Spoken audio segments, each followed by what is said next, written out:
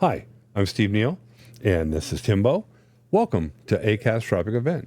In the second part of our interview with Assistant Fire Marshal Doug Bleeker of Spokane County Fire District 9, we dive into the difference between a defensible and a survivable space. The 4 stages of a fire. What is a ladder fire? And what does fire continuity mean? We also discuss arson fires and a fire ladder for those who live in a 2-story house. Also, during the intro music, I've posted the series of pictures Doug mentioned of the choking overgrowth of vegetation created by the Forest Service policy of fire suppression in our national forests between 1909 and 1997.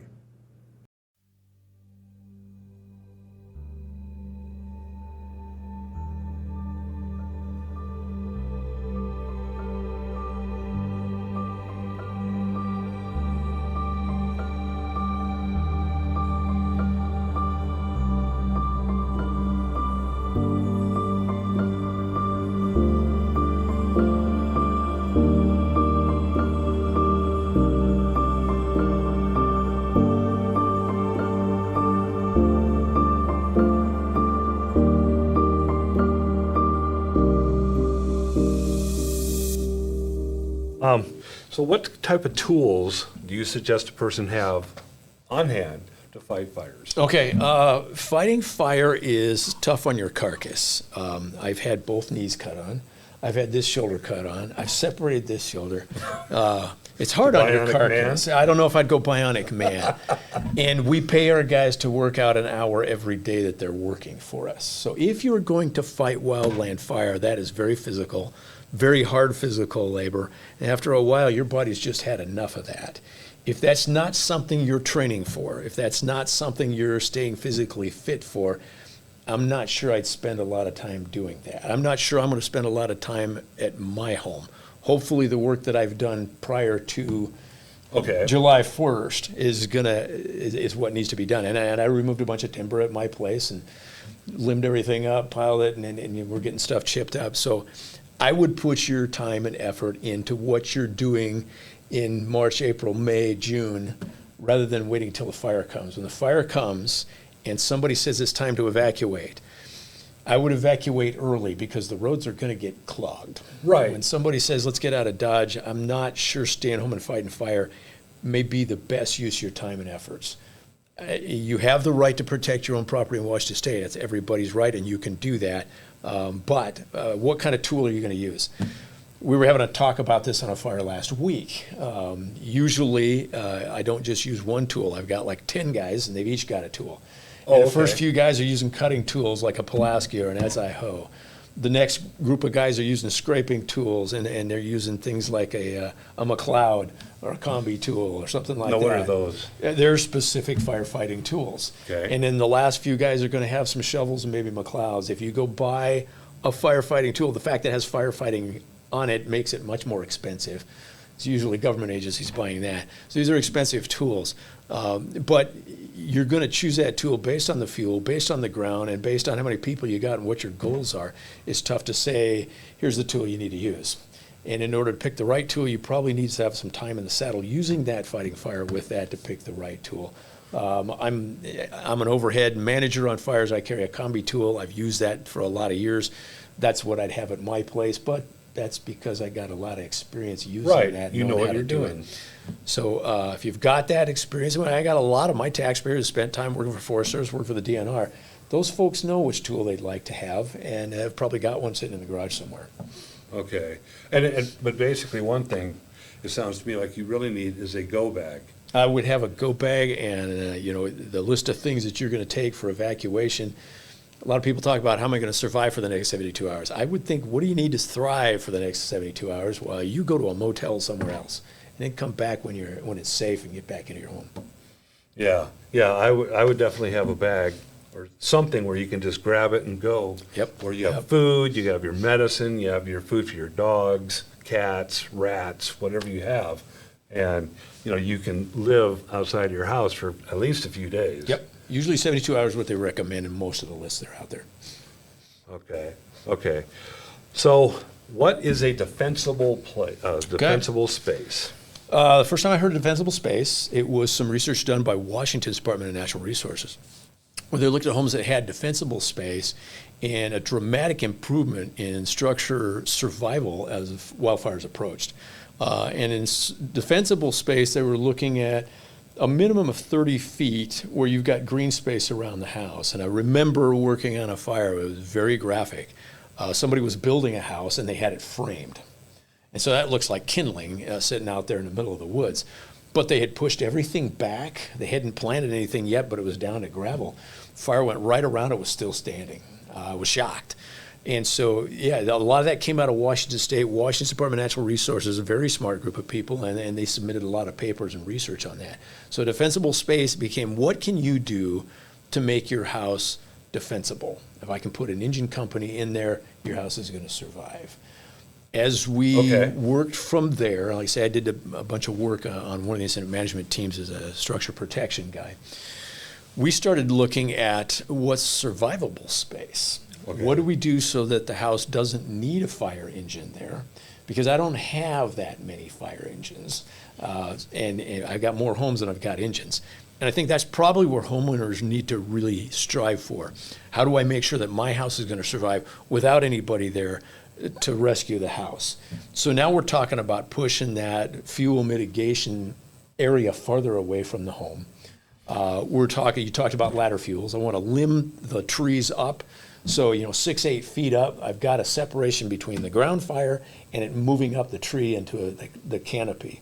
I want to start opening that canopy up as I get closer to the house. So now the heat that's held under that canopy can release vertically before it gets to my house.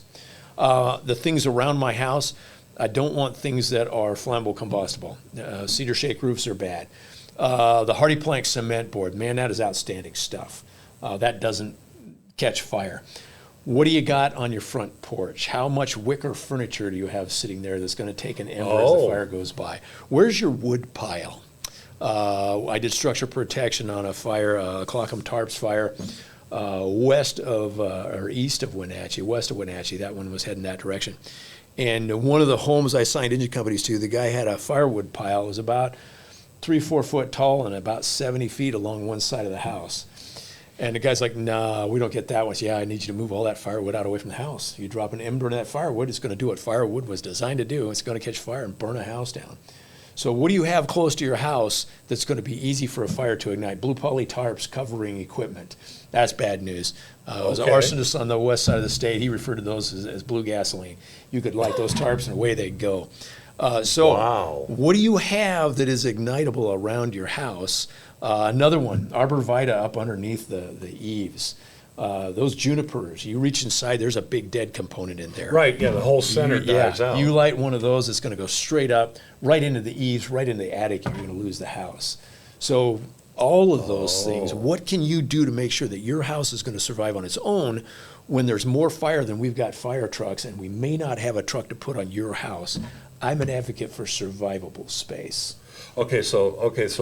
Basically the difference is that defensible is one that if you are able to get your firemen to, this house has a chance to survive. Right. But a survivable home is one you don't even need to go put a crew at.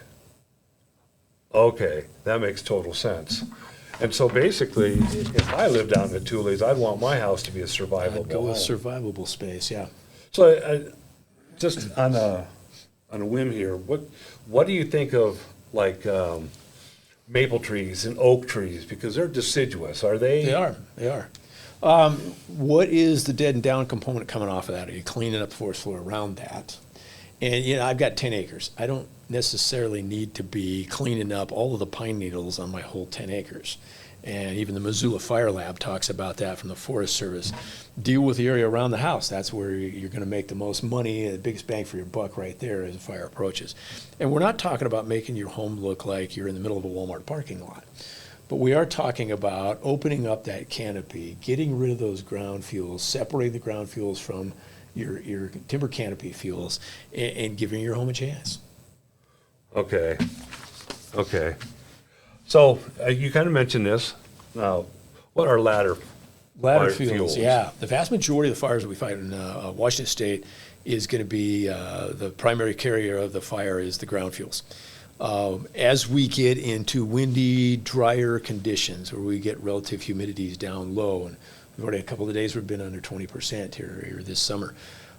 Now we can get trees to torch. You get single tree torching, or you can get atmospheric conditions to where you can have an unsupported crown fire that's running through the treetops. We don't see that very often, but it does happen.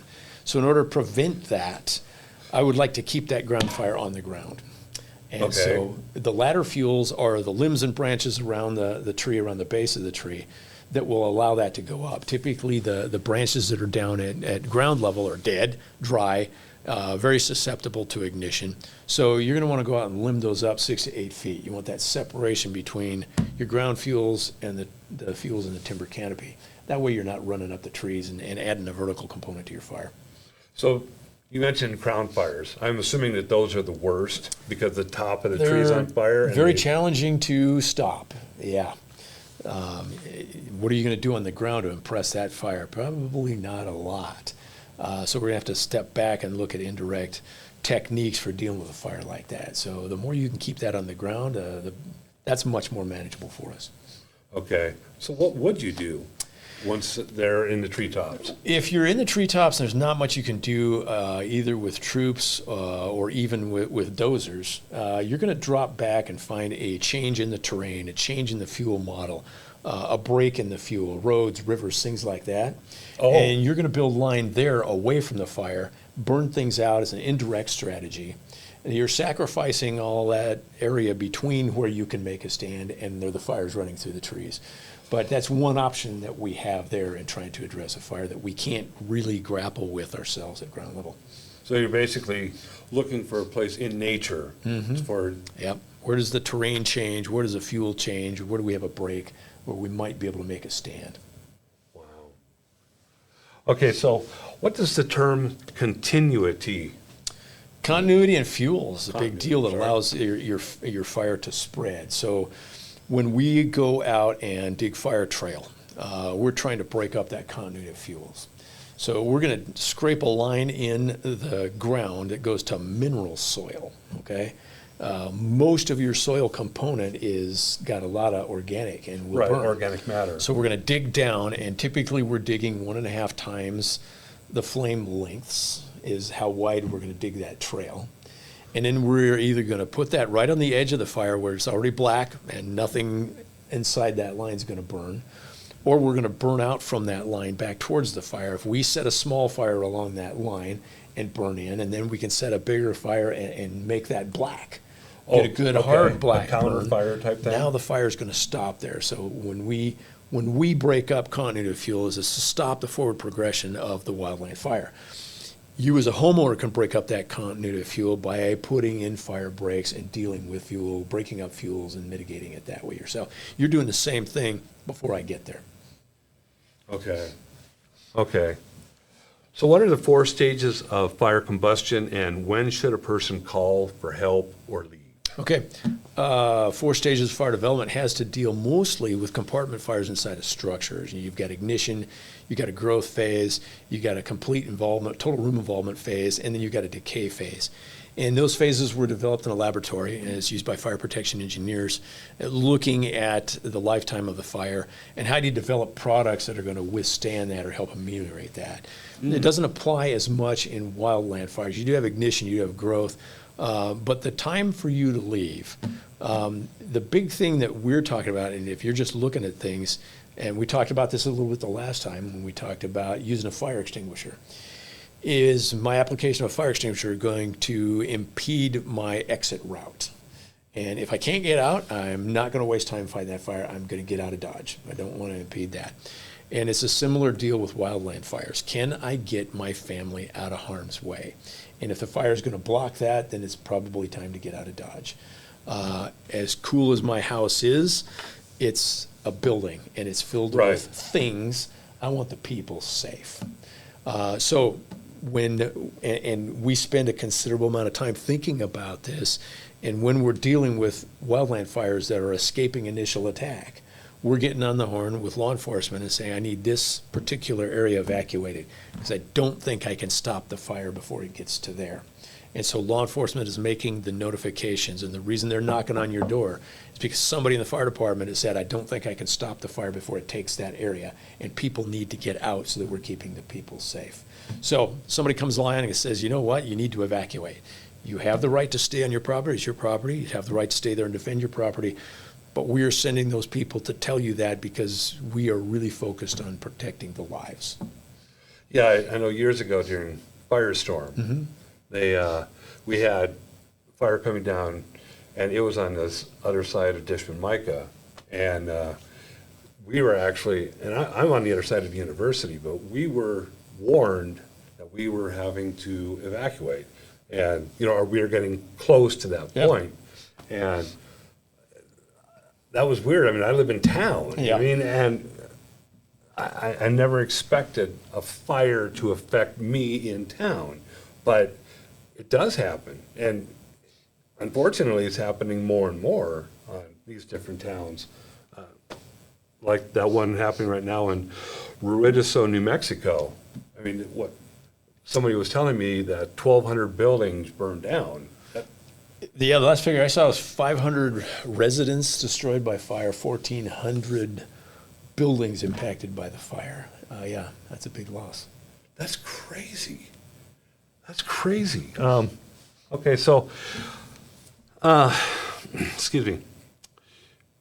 A question I had, or I should have brought up in our last interview, was about ladders. And, if you have a second floor, a two-story house, what would you suggest for somebody to be able to get out on that? Okay. And I've got a split entry, a split level backside. I got a walkout basement on the backside, and then the main floor is up above. I've got a metal ladder very nearby. If we need to get that up for somebody to get out the second floor, I'm going to bail out the back and go grab that ladder and put that up. But another one is out there. There are chain ladders that people are using. If you've got a second floor bedroom, and now you don't have a second egress route unless you jump, you can get something that is mounted properly that will support the weight, the live load of whoever's going to use that. And we've seen it where somebody's built like this little bay window seat underneath the window, wooden box, pop the lid up, there's the ladder, open the window and throw that ladder out, and now you've got a chain ladder that you can climb down and use that as a second egress route. You want to make sure that it is installed so it will support the weight. You want to make sure it's approved for that. I would look for an underwriter's laboratory sticker I would on that. need one a lot more bigger than you. Yeah. You and I are going to need heavier ladders than our kids will. And then you're going to have to maintain that and take a look at it. Make sure you don't have wood deteriorating where you've screwed into that. Make sure it's good, it's lagged in well, and then you need to practice with it. You can have a plan, but if you never practiced it, when it comes time to execute, it's probably not going to go well. So if you get a ladder like that, I would train with it, practice with it, particularly if you're dealing with kids. They're going to love that. They're going to be familiar with what needs to happen, and you're going to have a level of expertise when it comes time to use it. So, speaking of the Ruidoso fire in New Mexico, that fire is currently under investigation, but I understood that it was caused by a pyromaniac or somebody set it on fire. But again, it's under investigation, so I don't know. How common are those? And what, is it a growing problem? Are there, is it pretty much staying the same? Is it becoming more common? And is there something that somebody can do? If you see somebody doing something you think is a little off, what should they do? Yeah. In my jurisdiction, when I deal with arsonists, the majority of those are in structure fires, but we have had cases where it's somebody dealing in wildland. And I can't tell you why. Anytime you're dealing with arson activity, there's a lot of underlying things going on there that exceed my professional knowledge. I'm pretty good at pouring water on fires, but if you want me to counsel people, I should not be your first choice. So I tend not to see as much wildland arson as I see structure fire related arson. That being said, we have had a conviction in Fire District 9 for a number of fires that occurred, and we stopped that activity in that area, and glad we got that stopped. So what can somebody do if they see arson activity outdoors? a lot of wildland fire starts that I see is usually somebody's had a bonfire, campfire, and they didn't get it all the way out. Okay. They didn't dig it up, didn't pour enough water on it. It's not really out. And at night, it's not too bad when the temperatures are down in the 50s or 60s. But the next day, when it's 90 and it gets some sun on it, those smokes pop up and it reignites and runs. So if you're seeing people out there with campfires, make sure it's out. Sometimes if you talk to them, they're probably not going to change their attitude much. But if you find that, go grub it out and make sure it's out. If you see somebody who is maliciously starting fires, I'm not sure I would confront them. There's somebody who's doing something they know they're not supposed to do anyway. But I would get the cell phone out and shoot as much video as you possibly can.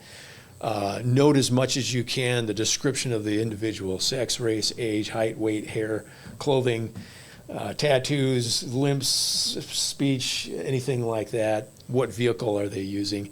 Get that to law enforcement, fire service. So now we've got an idea who may be doing this and how are they doing it. And that starts helping us to build that picture that we need in order to get that person off of the streets so that individual is not a hazard to the rest of the community. And hopefully it'll give you a heads up. There's a fire here now, so you can get it while it's smaller versus when it's larger.